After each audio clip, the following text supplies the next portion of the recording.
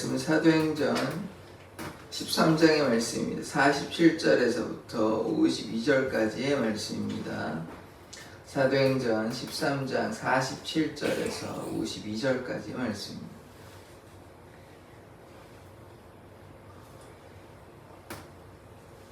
저와 여러분이 교독하도록 하겠습니다. 주께서 이같이 우리에게 명하시되 내가 너를 이방의 빛으로 삼아 너로 땅끝까지 구원하게 하리라 하셨느니라 하니 이방인들이 듣고 기뻐하여 하나님의 말씀을 찬송하며 영생을 주시기로 작정된 자는 다 믿어라. 주의 말씀이 그 지방에 두루 퍼지니라.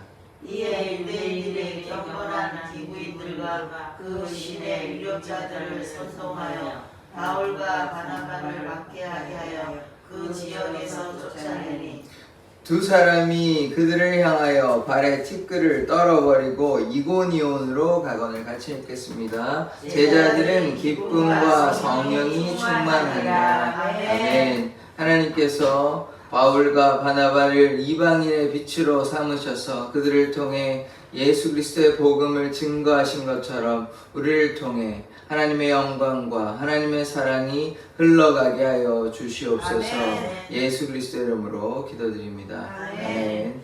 이 사도행전의 말씀을 계속해서 보고 있습니다. 지금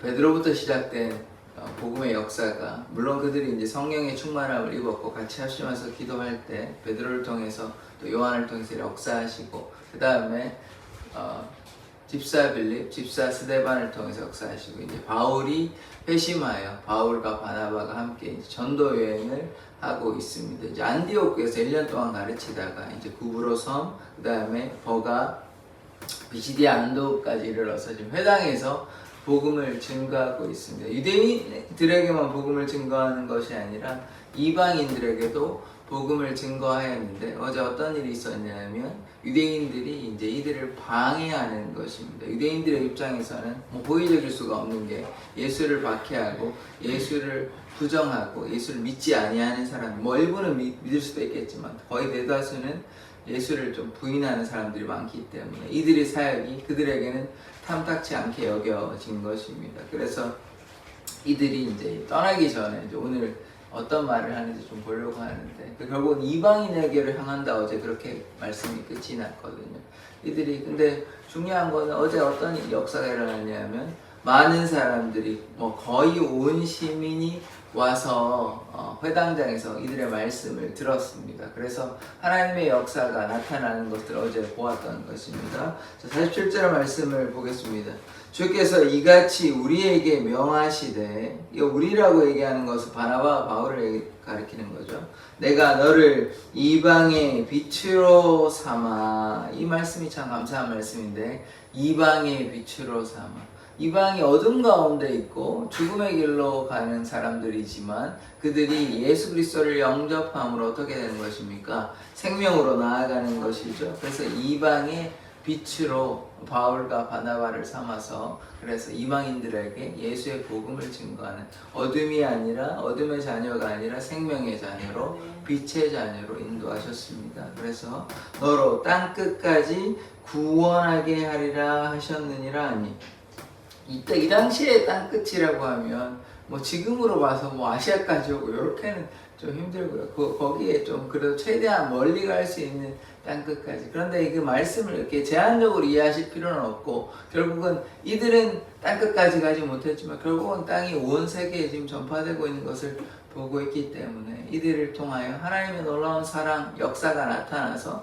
이방인들에게 복음을 계속해서 증거하는, 한 번의 전도여행이 아니고 3차로 올 수도 있고 4차로 올 수도 있는데, 그런 전도여행을 통해서 이방인들이 쉽게 돌아오고 일부의 유대인들도 이렇게 돌아오는 역사들을 우리가 보게 되는 것입니다. 48절, 이방인들이 듣고 기뻐하여. 이방인들이 이제 돌아온 것이 참 감사한 일인 것입니다.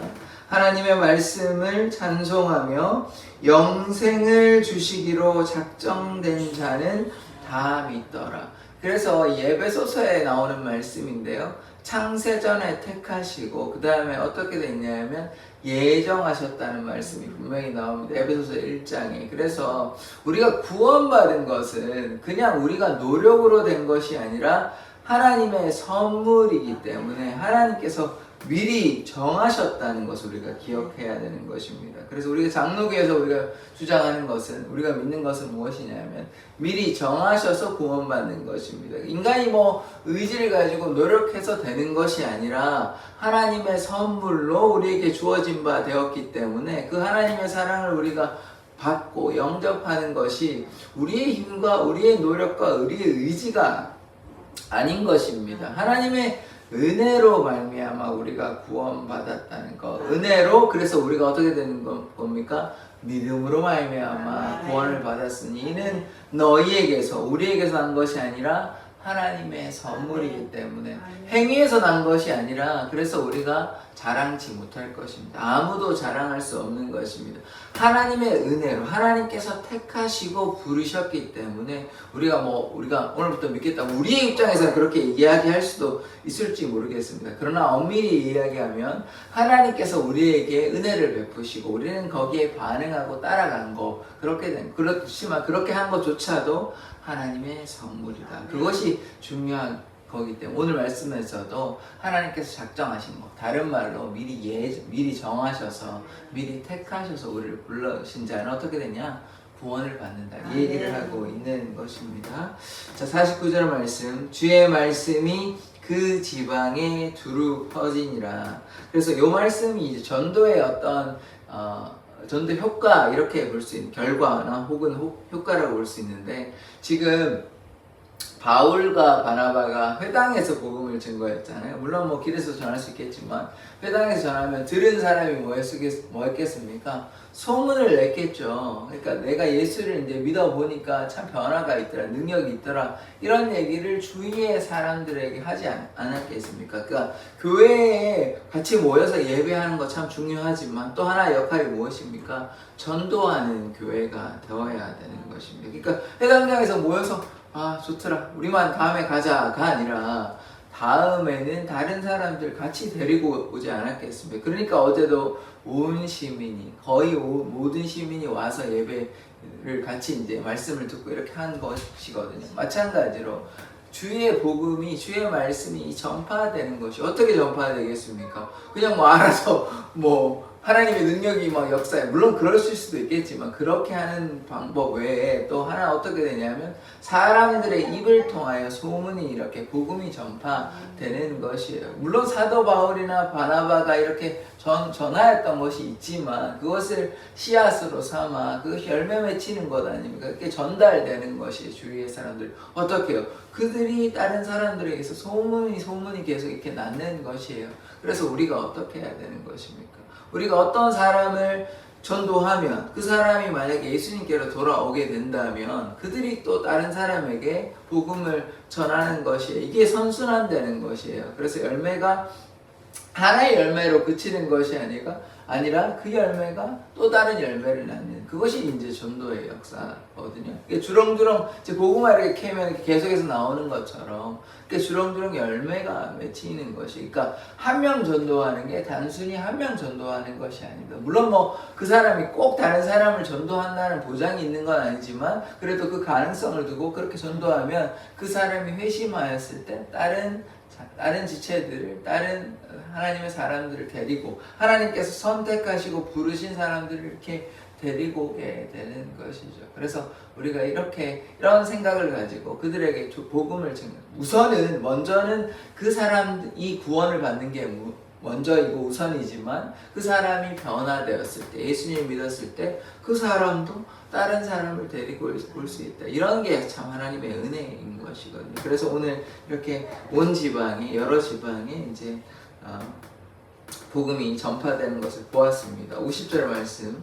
이에 유대인들이 경건한 귀 부인들과 그 신의 유력자들을 선동하여, 그러니까 유대인들이 지금 아까도 말씀드렸다시피 예수님을 부인하고 좋아하지 않고 탐탁치 여기지 않기 때문에 이 기부인이라고 하면 그 당시에 이제 경건한 기부인들이라고 하면 뭐 신앙인들이라고 볼 수는 없을 것 같습니다. 경건한 거는 참 좋은데 여기에서는 이들을 이렇게 돌이켜가지고 이제 결국은 바울과 바나바를 박해하기 위해서 지금 하기 때문에 이 경건한 기부인들과 그 신의 유력자들을 선동하여 결국은 이들이 어느 정도의 권력을 가지고 있는 사람, 뭐 돈이 있거나 힘이 있는 사람들인 것이죠. 그러니까 어떤 뭐 정치적인 일을 하려고 그러면 그냥 아무도 모르고 힘도 없는 사람 뭐 얘기해도 누구도 신경 안 쓰잖아요. 그런데 어떤 힘이 있는 권력자를 이를테면 뭐 시장이라든지 뭐 가능하다면 대통령이라든지 유력한 정치인들을 뭐 국회의원이라든지 이렇게 하면 그들이 좀 힘이 있으니까 좀 선동하기가 부추기가 좀 수월하잖아요. 마찬가지의 방법인 것입니다. 그냥 아무게 평범한 시민한 사람 뭐 한다고 해서 그 말 잘 안 들을 거 아니에요. 그런데 이제 유력한 힘이 있는 사람들을 선동해가지고 이들을 박해하려고 이러한 장면인 것입니다. 바울과 바나바를 박해하게 하여 그 지역에서 쫓아내니 박해해가지고요 비시디아 안디옥에서 이제 쫓아내서 이제 뒤에 결국 이고니온으로 가게 되는 것입니다. 왜냐하면 이들이 보기에는 바울과 바나바가 선한 일을 하는 것이 아니고 자기가 원하는 일을 하는 것이 아니라 오히려 박해하고 오히려 우리를 힘들게 하고 예수를 믿는 것이 이들에게 좋은 것이 아니라고 생각하기 때문에 어리석어서 그래서 이제 오히려 바나바 바울을 박해하고 내쫓는 어리석은 모습을 보게 되는 것입니다. 우리가 결코 이러한 자 되지 않아야 되는 것입니다. 그리고 복음을 증거할 때 오늘 보시다시피 모두가 환영하지 않습니다. 어제도 이제 아이들한테 좀 물티슈 나눠줬는데 뭐 받는 아이들이 대부분이었지만 한 20-30% 정도는 아이들이 받지 않더라고요. 그러니까 뭐 그게 뭐 받기까지는 아니지만 이제 오늘도 보시다시피 사람들이 호의적으로 반응하는 사람도 있습니다만 이렇게 유대인들처럼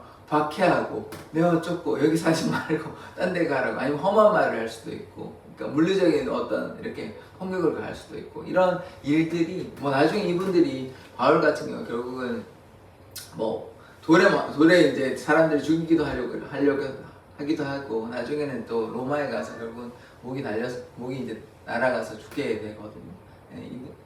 결국은 복음을 증거하는 것이 이 당시에 이제 대부분의 제자들은 한 명 빼고 요한 빼고는 다 어떻게 됐냐 순교했습니다.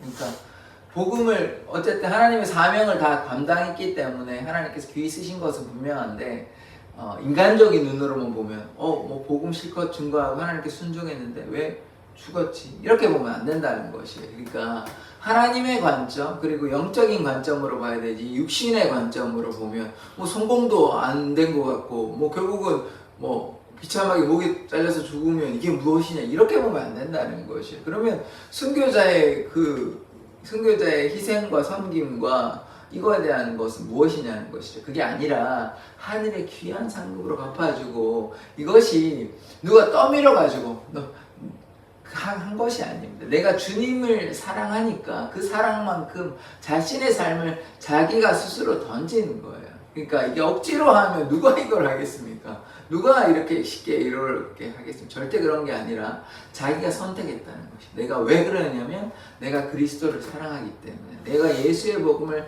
사랑하기 때문에 순종함으로 나아가는 것입니다. 그래서 이것이 중요한 것이 신앙생활을 한다는 것은 우리가 어떠한 역경과 고난이 있더라도 가능하다면 우리의 삶까지도 내어놓을 수 있는 이게 참 최고의 그 신앙 아닙니까? 왜냐하면 나의 모든 것을 다 내어놓는 거잖아요. 이게 참 제일 높은 신앙의 수준인 것 같습니다. 그것까지는 안 되더라도 최대한 우리가 할 수 있는 만큼 주님께 순종하는 삶 이것이 신앙의 원리라고 저는 생각을 하기 때문에 이들의 이 삶을 통해서 우리가 어떠한 일들을 해야 될지 때로 고난이 있고 역경이 있고 심지어 자신의 삶까지도 다 내어놓았거든요. 그래서 이들이 뭐 지금 우리의 인간적인 눈으로는 결국 안타깝게 죽었네 이렇게 할지 모르겠지만 영생의 삶이 있잖아요. 영원한 삶이 그리스도의 나라에는 심은 대로 거두는 것이 적게 심은 자는 적게 거두고 많이 심은 자는 많이 거두는 것입니다. 행한 대로 예수님께서 이 땅에 다시 그의 천사들과 함께 오실 때 우리가 행한 대로 갚으신다고 말씀하셨거든요. 우리가 일한 대로 행한 대로 하나님께서 우리에게 갚아주시는 것입니다. 그렇다면 이 순교자들의 상은 얼마나 크겠습니까? 그러니까 이들이 정말 주님을 향해서 자신의 삶을 다 드렸기 때문에 그런 관점으로, 영혼의 관점으로 우리가 보아야 되는 것입니다. 제한적인 관점, 우리가 이 땅에 살아가는 한 80년에서 100년의 관점으로 이해하는 것이 아니라 영혼의 관점으로 본다면 이것보다 더 귀한 상급이 없는 것입니다. 핍박과 고난 가운데서도 좌절하지 않고 예수의 복음을 위해서 자신의 삶을 내어 던졌던 이 사도들의 삶을 우리가 주목해야 하는 것입니다. 51절 말씀, 두 사람이 그들을 향하여 발에 티끌을 떨어버리고 이고니온으로 가거나, 박해해가지고 쫓겨나게 만드니까 결국 어디로 가냐면 이고니온으로 가는데 발에 티끌을 떨어버리는 거 있잖아요. 이 말씀이 어디 말씀에 나오냐면 제자들이 이제 복음을 전하다가 안 받아들이면 발에 먼지를 떨어버리라, 이런 말씀이 있거든요. 이 말씀이 마태복음 10장 14절의 말씀에 있습니다. 누구든지 너희를 영접하지도 아니하고 너희 말을 듣지도 아니하거든 그 집이나 성에서 나가 너희 발에 먼지를 떨어버리라. 이렇게 복음을 지금 받아들였습니까? 유대인들 일본, 아니 다른 사람들 받아들이는 사람도 많이 있었어요. 온 시민이 와서. 그래서 유대인들이 지금 받아들이지 아니하고 방해하고 오히려 쫓아내니까 지금 뭐합니까? 발에 먼지를 떨어버리는 것이에요. 그래서 참 안타까운 것입니다. 이게 유대인들의 입장에서는 이 사람들 귀찮게 하고 번거롭고 막 싫은데 나가니까 좋다고 생각하겠지만 아니요, 이것이 오히려 멸망의 길인 것입니다. 영생이 있고 멸망이 있는 것이에요. 하나님을 모르는 자들과 하나님의 예수님의 복음에 복종하지 않는 자들에게 뭐가 있습니까? 형벌이 있습니다. 형벌이. 주의 얼굴을 떠나 그리고 그 다음에 그의 힘의 영광을 떠나 영원한 멸망의 형벌을 받게 되는 것입니다. 이들이 지금 자기들이 이긴 줄 알고 승리감에 도취해 있겠지만 이들이 어떻게 됩니까? 영원한 멸망의 형벌을 따르게 돼. 예수님께 돌아오지 않는다면 영원한 멸망의 형벌, 영벌을 받게 되는 것입니다. 그러니까 어리석게 되는 것이죠. 그러니까 뭐 그들이 어리석고 하나님의, 그래서 그게 그래서 은혜인 것이에요. 우리가 하나님께서 불러주시고 이렇게 구원받게 해주시고 그래서 하나님의 나라에 갈 수 있는 것이 은혜인데, 인간적인 눈으로 보면 저들은 왜 출마를 안 되면 교회에 나가냐, 예수님 믿으라냐, 이해가 잘 안 되잖아요. 인간적인 눈으로만 보자면. 그러나 그들이 오히려 그렇게 하면 생명의 길로 나아가지 못한다. 영원한 멸망의 형벌이 있다. 이 안타까운 참 슬픈 소식이 있는 것입니다. 그래서 그들에게, 그래서 될 수 있는 많은 사람들에게 복음을 증거하려고 애를 써야 하는 이유가 거기에 있는 것입니다. 우리만 구원받아서 되는 것이 아니잖아요. 예수님께서 이 땅에 오셔서 십자가에 달려 돌아가심은 우리만 구원하시기 위해서 하는 것이 아닙니다. 하나님 더욱더 많은 사람들이 예수님을 믿고 구원받는 것이 하나님의 뜻인 것입니다. 하나님은 아무도 멸망치 않고 다 영생에 이르기를 원하시는 것이 하나님의 마음이거든요. 그러나 하나님께서 모든 사람을 다 구원할 수는 없는 것입니다. 그들이 죄된 인간인데 죄를 져도 좋다 그러면 예수님께서 십자가에 달리실 필요가 없기 때문에 죄를 회개하고 예수님을 영접하는 자에게만 구원의 문이 열려 있는 것입니다. 그런데 죄된 인간을 다 구원하겠다고 마음 먹을 수는 없는 것이에요. 그러면 하나님의 섭리, 예수님의 십자가는 다 무용지물이 되는 것입니다. 그렇게 할 필요가 없죠. 그러니까 하나님의 규칙은 다 깨어지는 것이에요. 모두가 다 구원받는다 그러면. 물론 그렇게 하면 너무나 좋은 일이겠지만, 그러면 우리가 예수님 믿을 필요가 뭐가 있습니까? 다 구원을 받는데 그것이 아니라는 것입니다. 그래서 예수를 통해, 오직 예수를 통해 우리가 아버지께로 나아갈 수 있음을 고백합니다. 그래서 그렇게 이고니온으로 갔고요. 52절의 말씀, 제자들은 기쁨과 성령이 충만하니라. 그 예수님을 믿는 사람들, 복음을 영접하는 사람들은 어떻게 됐습니까? 기쁨과 성령이 충만한 것입니다. 그래서 우리는 어떤 삶을 살아야 됩니까?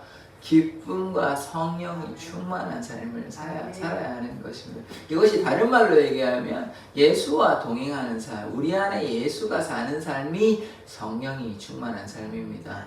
성령이 아니고서는 예수를 주라 증거할 수 없는 것입니다. 성령이 주로 하시는 일은 구원의 구원의 그 역사를 적용하는 것이에요. 그래서 어떻게 구원받을 수 있습니까? 예수 그리스도를 통해서. 그래서 우리 안에 예수가 충만한 삶, 그것이 성령이 충만한 삶인 것입니다. 그래서 하나님이 주시는 은혜와 기쁨과 이 성령이 충만한 삶 살기를 원합니다. 기도하겠습니다.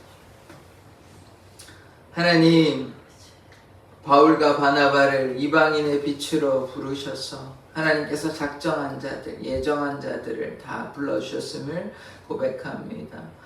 때로 박해가 있고 또 방해가 있었습니다. 그러나 그들이 좌절하지 않고 복음을 증거하였고, 그리하여 제자들은 기쁨과 성령이 충만한 삶을 살고 있습니다. 하나님, 우리는 어떠한 삶을 살아야 됩니까? 우리가 이웃들에게 또 이 제천의 사람들에게 하나님의 그 복음을 증거하기를 원합니다. 예수를 주라, 예수를 구원자라 증거하며 그리할 때 많은 영혼이 이 사랑의 교회에, 우리 사랑의 교회에 올 수 있는 놀라운 역사가 나타나게 하여 주시옵소서. 감사드리며 예수 그리스도의 이름으로 기도드립니다. 아멘. 주기도문으로 예배를 마치도록 하겠습니다. 하늘에 계신 우리 아버지여, 이름이 거룩히 여김을 받으시오며 나라의 임하옵시며 뜻이 하늘에서 이룬 것 같이 땅에서도 이루어지이다.